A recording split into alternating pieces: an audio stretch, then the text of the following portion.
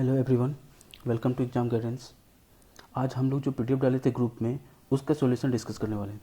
चलिए स्टार्ट करते हैं।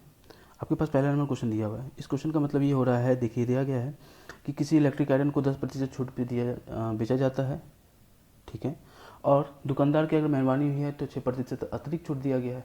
कहने का मतलब ये हुआ कि अगर दुकानदार, तो उसका मार्केट प्राइस बताना है, तो मान लेते हैं मार्केट प्राइस एक्स होगा। इस सामान को अगर हम 10% छूट पे बेचे होंगे तो 90% बेचे होंगे, ठीक है, और अतिरिक्त छूट मिली है आपको 6%, यानी कि 94% बेचा गया होगा। इस आधार पे जो रकम है उस रकम को कहेंगे हम कितने रुपए में बेचा गया, 1692 रुपये में बेचा गया, ठीक है। यहाँ पे अगर हम एक्स की वैल्यू फाइंड करेंगे, सॉल्व करने के बाद जो आंसर आएगा वो आएगा 2000 रुपये। इसलिए इस क्वेश्चन का जो राइट आंसर है वो है ऑप्शन नंबर ए, ठीक है। चलिए नेक्स्ट क्वेश्चन की ओर बढ़ते हैं।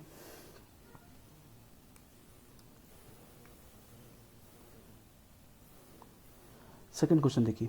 सेकंड क्वेश्चन में दिया हुआ है कि यदि किसी मशीन को 16.2/3% बढ़ जाता है उसके कॉस्ट प्राइस में, तो फिर वो मशीन जो है 49 रुपये में बेची जाती है। कहने का मतलब यह कोई भी चीज़ अपने आप में 100% होगी कब, जब वो खरीदी गई होगी। लेकिन जब दाम बढ़ गया तो उसका दाम जो हो गया वो कितना हो गया, 50/3% बढ़ गया, और वो कितनी हो जाती हैं, 49 रुपये, ठीक है। इसे सॉल्व करेंगे तो ये हो जाएगा आपका 350/3%, जो कि 4900 के बराबर होगा। यहाँ पे 100% की वैल्यू निकालना है, तो 100% की जो वैल्यू निकलेगी वो निकलेगी आपका 42 रुपये, ठीक है। इसलिए इस क्वेश्चन का जो राइट आंसर है वो ऑप्शन नंबर बी, ठीक है गाइस। अगला क्वेश्चन की ओर बढ़ते हैं। अगला क्वेश्चन अगर देखें हम तो लिखा हुआ है कि किसी परीक्षा में पी और क्यू, पी क्यू से 10% अधिक मार्क्स लाता है, क्यू जो है वो आर से 5% अधिक मार्क्स लाता है, और आर 600 नंबर लाया है 800 में, तो बताना है कि पी का मार्क्स क्या था। अगर आर की परसेंटेज की बात करें तो आर कितना परसेंट लाया होगा, आर लाया है आपका 600 मार्क्स 800 में,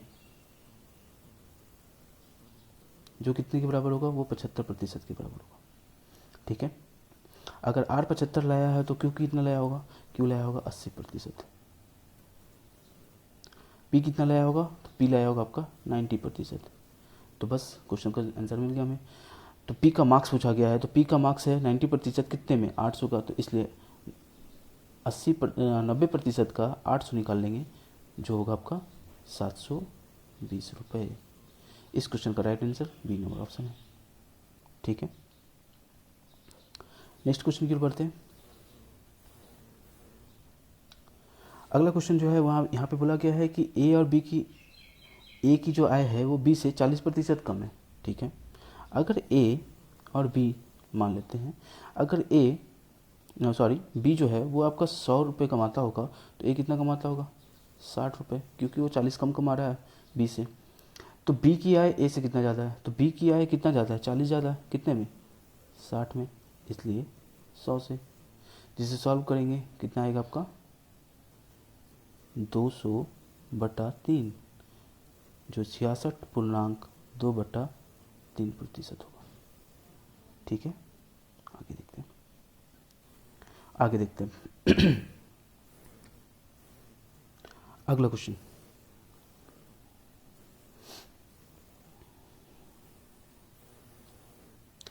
अगला क्वेश्चन है आपका, किसी परीक्षा में ए बी की अपेक्षा 25% अधिक अंक मिले हैं ए को, बी को सी की अपेक्षा 10% अंक कम मिले हैं, और सी को डी की अपेक्षा 25% अधिक अंक मिले हैं।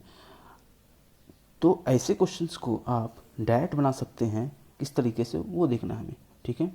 मान लेते हैं ए एक्स मार्क्स, तो आपसे ए का मार्क्स पूछा गया कि कितना लाया होगा, ठीक है।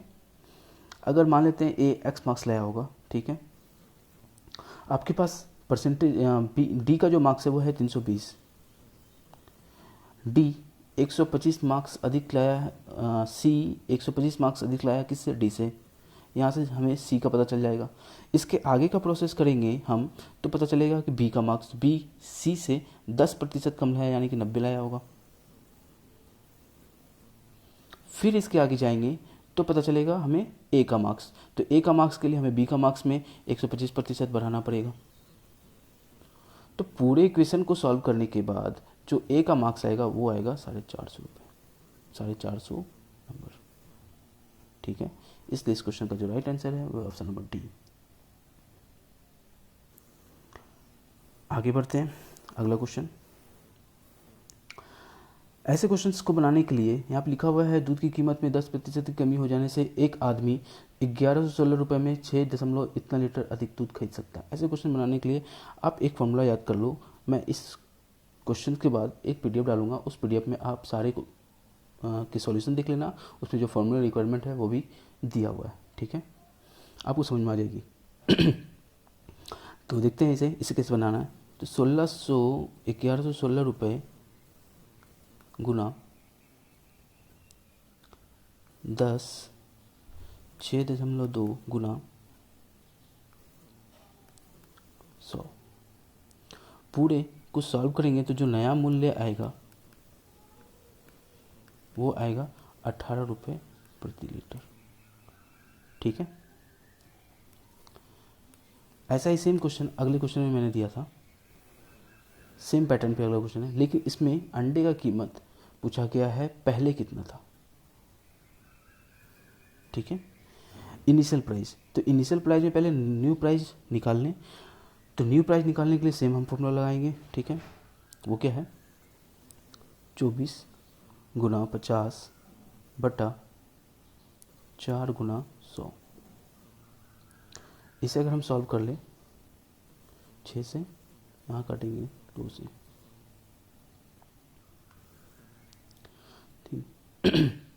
ठीक है, तो जहाँ नया मूल्य जो आएगा वो पर अंडे का दाम होगा 3 रुपये। तो एक डजन का दाम कितना होगा, 36 रुपये। लेकिन ये कब हुआ, जब ये 50% बढ़ गया था, यानी कि ये अपने आप में 150% होगा। 150% यानी कि 100% बराबर 100% बराबर जो फाइंड करेंगे तो वो आएगा 24 रुपये। यहाँ पे ऑप्शन दिया नहीं है, ऑप्शन गलत है, लेकिन इसका आंसर जो होगा वो होगा 24, जो कि यहाँ ऑप्शन नंबर ए जो है वो रॉन्ग है। ठीक है, उसे सही कर लीजिए, वो 24 होगा। ठीक है, नेक्स्ट आगे बढ़ते हैं।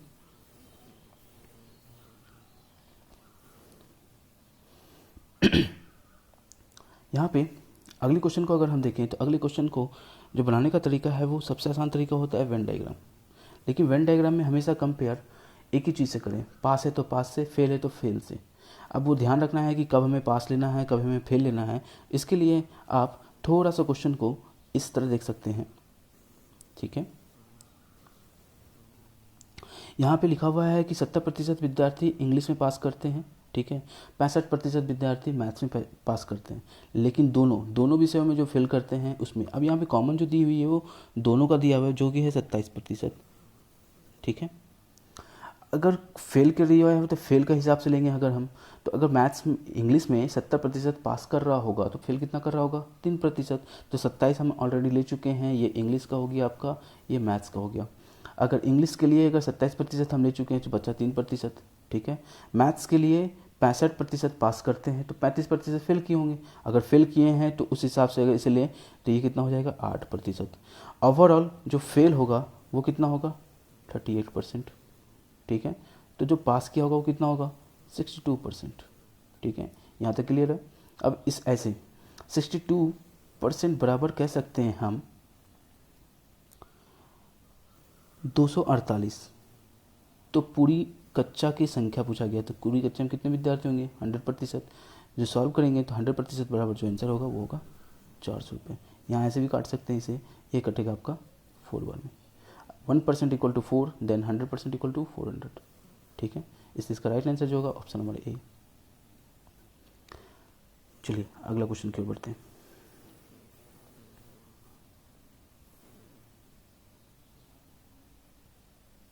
अगला क्वेश्चन दिया हुआ है, एक चुनाव में 2 उम्मीदवार थे।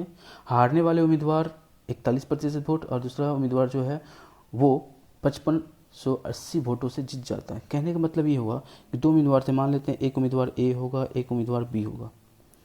अगर ए 41% लाया है तो दूसरा कितना लाया होगा, 59%। यहाँ तक ठीक है। तो इन दोनों का अंतर देखें अगर हम तो 18% है। अगर 18% बराबर 5580 है तो आपसे पूछा गया है कि कुल वोटों की संख्या कितनी थी, यानी कि 100%।